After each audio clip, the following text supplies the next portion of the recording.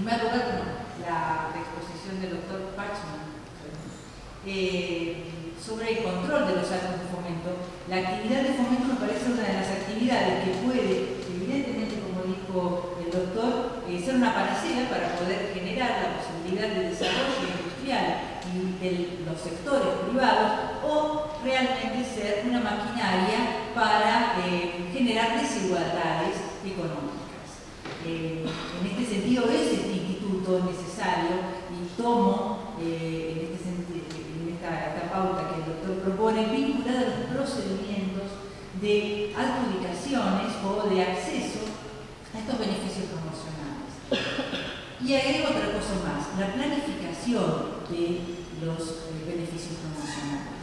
Si nosotros miramos en nuestra historia del desarrollo del fomento y la promoción, tiene un gran desarrollo hasta la ley 2396, que la suspende.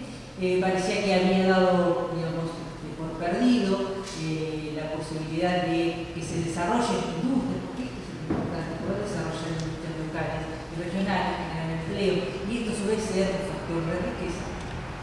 Y tenemos que luego advertir que con gran influencia se empieza a desarrollar a partir del año 2002, luego de la crisis económica, la aparición de subsidios y de diferentes figuras que creo que hemos llegado, y todos lo sabemos, a un punto de inflexión en el cual no es útil ya el subsidio cuando es indiscriminado, cuando no se establece una política pública previa y cuando no se planifica. Eso termina siendo injusto la aplicación. En este sentido, destaco que el doctor mencionaba que esta actividad debe tener un beneficio social, por lo cual dentro, en el ámbito de control, este es uno de los aspectos que habría que tener en cuenta, y sobre todo en el control administrativo, que es el control previo, tanto en el otorgamiento como en la disposición de esos fondos. Y sobre todo también coincido con el otorgamiento a fundaciones, que normalmente perdona lo que es el ejercicio posterior luego de la adjudicación de un beneficio. Y eso es la construcción y el efecto social. Recuerdo alguna vieja conferencia que habíamos visto de los corazoncitos solitarios que eran, y que tenían una actividad de conejos y recibía subsidios en una provincia. No tenía mucho, pero bueno, ese tipo de cosas exigen un control más fuerte. Otra de las cuestiones respecto a los terceros, marcó también la importancia de pautas vinculadas a la no discriminación y a su vez una distribución de equidad de estos beneficios. Creo que sería interesante complementar, me parece, con el caso Sofracor, ¿sí? En el cual fundamentalmente se trató de esto, ¿no? Del otorgamiento de un beneficio en una zona franca en Córdoba, y luego el posterior otorgamiento en una zona franca en La Pampa, en la imposibilidad de que resultara realmente eficiente el primero de los beneficios. En todo caso, la Corte analizó en este caso que el otorgamiento de la segunda zona franca era ilegítimo. Otro de los aspectos es dentro del control administrativo es el control de la higiene, obviamente es interesante resaltarlo, y el control de las fundaciones, que también lo remarcado respecto al control judicial. El doctor menciona la importancia de entender que este procedimiento es reglado, ¿sí? Quizás hay marcos de discrecionalidad de un mínimo que incluso podría llegar a ser reducidos por un control de eficiencia de esta. Entonces, en síntesis, se concluye con que el fomento debe ser adecuado socialmente y controlado en todos los ámbitos. Luego la doctora Fanelli Evans ha sido crítica, ha hecho un repaso por todas las intervenciones de los entes reguladores, que es una realidad, realmente es una buena lectura de lo que hoy ocurre con los entes reguladores. Repasó la jurisprudencia, consumidores libres, luego, no me quiero extender en esto porque ya lo he explicado muy bien. Interesante el hecho de la necesidad de que la intervención esté sujeta a un plazo, y a su vez ha mencionado que como comparte, obviamente, que el control sobre esta actividad no podría ser sea que ha sido por los entes reguladores, es un poco lo que llega a la Cámara, ¿no? Es decir, porque existe un control, no me quedo, pero bueno, esto después lo conversamos, la opinión personal, y bueno, también me suena que tuvo la autoridad europeana, con el procedimiento de un debate y una deliberación. Y otro aspecto muy importante, la selección. Respecto a esto se me ocurren unas apreciaciones para poder irme echando, ¿sí? De lo que puedo aportar. Los entes reguladores han fracasado, claramente han fracasado. ¿Y por qué fracasado? No lo vamos a decir porque somos malos, corruptos o sucios, ¿sí? O podemos decir porque hemos tomado malos modelos. El modelo es un modelo americano, ¿sí? Este modelo americano no tiene nada que ver con nuestro régimen constitucional. La Constitución americana permite delegar competencias en una entidad independiente, ¿sí? Que no lo es ninguno de los entes reguladores que nosotros tenemos, que hemos creado. Son autarquías que no tienen independencia.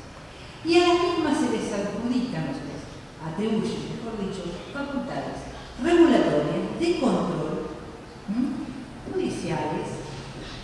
Y uno de los aspectos que tenemos, que estamos en cuestión y que lo vemos con los organismos de control internacionales, como el doctor que ha tenido una visión muy interesante de la Constitución americana, es que si hay dos aspectos que no se pueden poner bajo la misma órbita, cualquiera sea, entidad autárquica, agencia, administración centralizada, es la regulación y el control.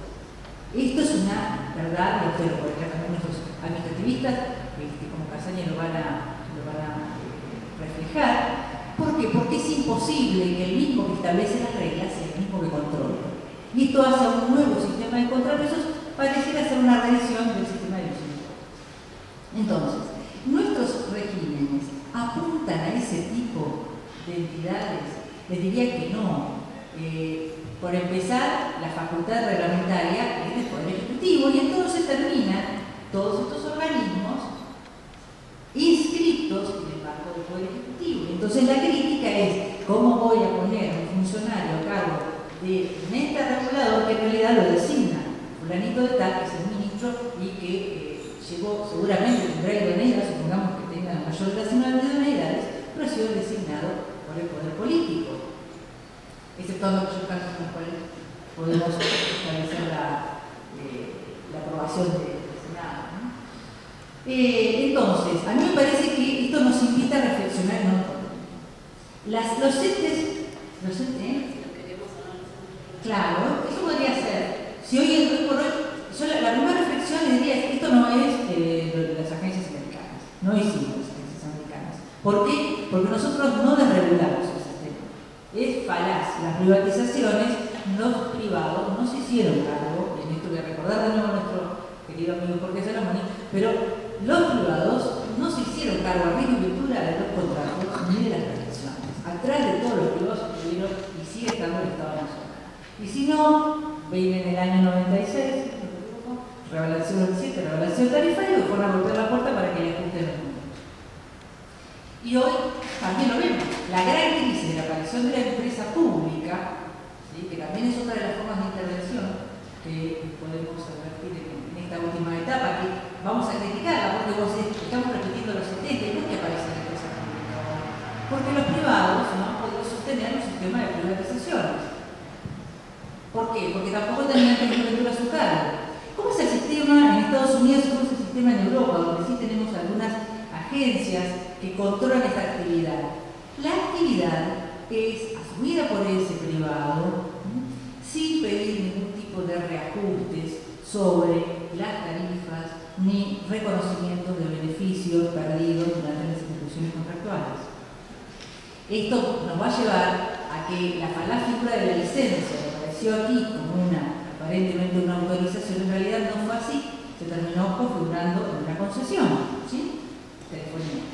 Y por el otro lado, nosotros hoy sí podemos repensar el sistema desde la figura de autorización, en la cual los privados, si quieren entrar en un sistema de satisfacción de necesidades públicas, como puede ser la prestación de servicios de transporte, servicios de gas, servicios de agua, lo puedan hacer con una autorización que implica, como todos sabemos, la remoción de un obstáculo jurídico para ejercerlo durante X cantidad de tiempo. Y a su vez, cuando me hablan de los contratos votos, los contratos BOC, que algunos de ustedes quizás hayan tenido, son las nuevas modalidades de construcción de obras públicas donde el privado se hace cargo de la realización de la obra, es el dueño de la obra y después que recuperó la transfiere. Pero no pide subsidio del Estado, no pide recursos tarifarios. Esto, claro, pasa en otros países. ¿Sí? Entonces, perdón la crítica, pero me parece que esto sería una revisión. En gente joven como usted me parece que sería importante poder rever si estos entes reguladores tienen que seguir o en realidad tenemos que buscar las nuevas autoridades administrativas independientes, ayornadas a nuestro sistema, que rescato, sí deben tener independencia, obviamente, deben tener el mayor expertise, deben aplicarse los concursos, aun cuando tengan falencias, creo que hay que bregar por la aplicación de los concursos. Y también entender que van a tener, y que tiene que tener una limitación técnica estrictamente alguna de las materias, o control o regulación. En Inglaterra, que ha sido uno de los países donde más ha sufrido la problemática de los órganos de control, actualmente ustedes van a poder encontrar organismos que tienen a su cargo el otorgamiento de las licencias, que son autorizaciones, y por el otro lado los organismos de control, en general vinculados a la seguridad, que es el gran problema que hoy se plantea en la mayoría de los servicios. Bueno, esta era alguna de las cuestiones que quería plantear respecto a esta exposición, que me pareció muy rica y realmente muy interesante. Pero aparte no se me nota porque yo digo que tiene que ser la futura presidenta. No porque es la única que conozco, chicas, no se ofenden, pero bueno, la forjar. Bueno, otro de los aspectos, para terminar, este sería la conclusión sobre esta exposición. Luego habló el doctor Fusterla, que realmente es muy interesante, ha abordado una de las materias que fueron de origen, que es en el derecho administrativo, que es el derecho interamericano, el derecho de la integración de los derechos humanos. Así que realmente me pareció muy interesante volver a este concepto de que la política que plantea, que la política pública debe emanar de una ley formal. Esto me lleva a reflexionar un punto, que es la planificación. En la planificación es un grado de intervención muy grande, ¿sí? Es una de las mayores pautas para poder intervenir en la economía. Esto creo que hubo una ley del año 2001 de planificación muy interesante que nunca se cumplió. Es también un poco o sea, fue una ley que se cumplió. Pero bueno, creo que es un buen objetivo a desarrollar. Otro de los aspectos que planteo es que la limitación de los derechos, siguiendo a Balbín, debe estar en el sostenimiento de otro derecho fundamental y no en la mera invocación del interés público. Un poco el cliché, ¿no? Lo que dice Bolillo, creo que allí advierto que hay una influencia y donde obviamente creo que es un punto esencial. Ya no tenemos que responder una prerrogativa contra derecho, sino un derecho contra otro derecho y obviamente tratar de que haya una solidaridad, este es un punto importante en la definición. Por último, marca los nuevos derechos que aparecen por nuestra Constitución, la consulta pública y la iniciativa, la participación de los usuarios en los entes reguladores. Esto, Agustina también me había olvidado, me parece que es uno de los puntos interesantes que no hemos cumplido. Los entes reguladores no tienen participación y esto hace la legitimidad de las decisiones administrativas. Y acá un punto, me pareció muy interesante, no sé, el planteo de fallo conocido de la comunidad quichua, pero esta problemática de las comunidades locales, por ser miembro de la entidad binacional, la he recibido de los chilenos. Están muy preocupados por la participación, más que la participación, nadie quiere reconocimiento, lo que quieren es tener legitimidad en las decisiones y que no saquen una cautelar que esté paralizando las obras o medidas o decisiones, ¿no? Y entonces es lo que implica la convocatoria de la consulta particularizada. A mí me parece que las audiencias públicas y las modalidades de convocatoria indiscriminada no sirven. Fundamentalmente porque se confunde con debates políticos. Entonces, ¿cómo hacemos para poder determinar quién es el que participa?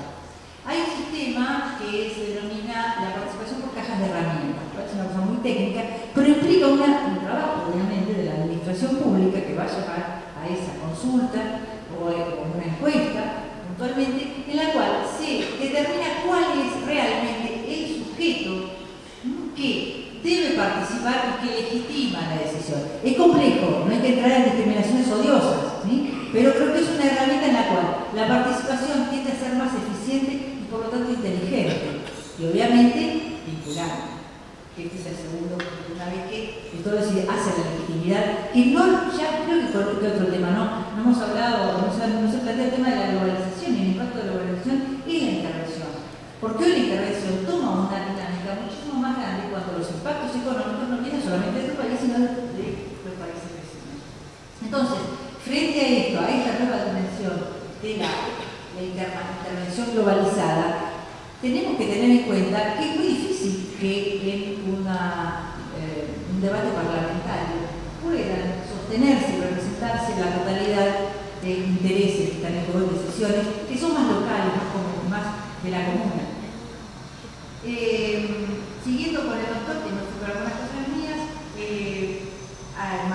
marca obviamente los procedimientos especiales de consulta y la necesidad de los tres elementos de la consulta previa, la participación efectiva e informada, que es obviamente el punto esencial, que es esto de la divulgación pública. Cuando yo escuchaba esto, otro de los puntos que está vinculado a la intervención administrativa está en la empresa pública, está en crítica de la empresa pública y el régimen jurídico que cabe en la empresa pública.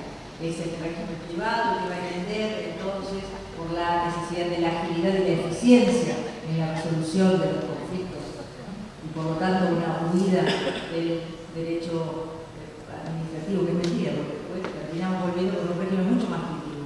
¿Es esto así? Yo entiendo que el régimen que debemos agregar, porque el régimen se mantenga en pautas de agilidad del derecho privado, por ejemplo, procedimientos de selección, pero esto no alcanza a quitar transparencia en las decisiones. Mayor debe ser la transparencia cuando los instrumentos que yo estoy utilizando son del derecho privado. Creo que en esto la informática, que nos ha permitido evolucionar en los últimos 50 años, creo que lo que toda la humanidad ha evolucionado en los últimos 500, nos va a permitir la agilidad y la posibilidad de tomar decisiones que sean efectivas.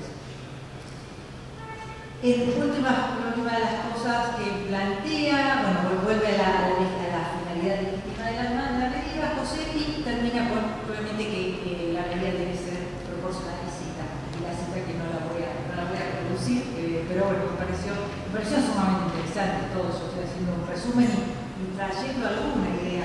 En síntesis, ¿de qué se trata todo esto que estamos hablando? De cuánta es la libertad y cuánta autoridad vamos a poner en juego en cada una de estas intervenciones administrativas. Y no significa otra cosa que la definición del tipo de país que también queremos. En materia de intervención, a mí me parece que uno de los aspectos fundamentales del Estado para poder generar un crecimiento económico y que los privados puedan tener una participación eficiente es la construcción de infraestructura. Esto es una herramienta que es esencial. Los países que se desarrollan son los países que los estados desarrollan infraestructura. Sin esta posibilidad no vamos a tener ni empresariado serio ni posibilidad tampoco de favorecer desarrollos, fomentar actividades sociales. Y en esto no lo puedo dejar ahí. Una de las cuestiones que yo había pensado era el tema del mercado. Ni siquiera la discusión podría pasar por el mercado. ¿Cuánto de mercado sostenemos en un sistema con intervenciones administrativas como las actuales? Y yo lo que les diría es, mi opinión al respecto, siguiendo en esto la opinión de la comunidad, la Unión Europea, es que la regulación y la intervención administrativa en el mercado es a los fines de sostener los derechos de los usuarios y los derechos de los diferentes actores del sistema. Si no estamos sosteniendo todos estos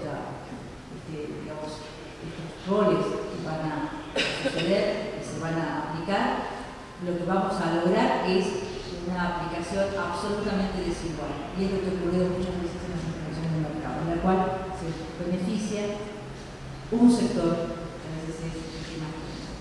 Hay una frase que me gustaría, para terminar, comentarles, que es de Juan de la Cruz Ferrer, el director del Centro de Estudios Europeos de las Relaciones económica.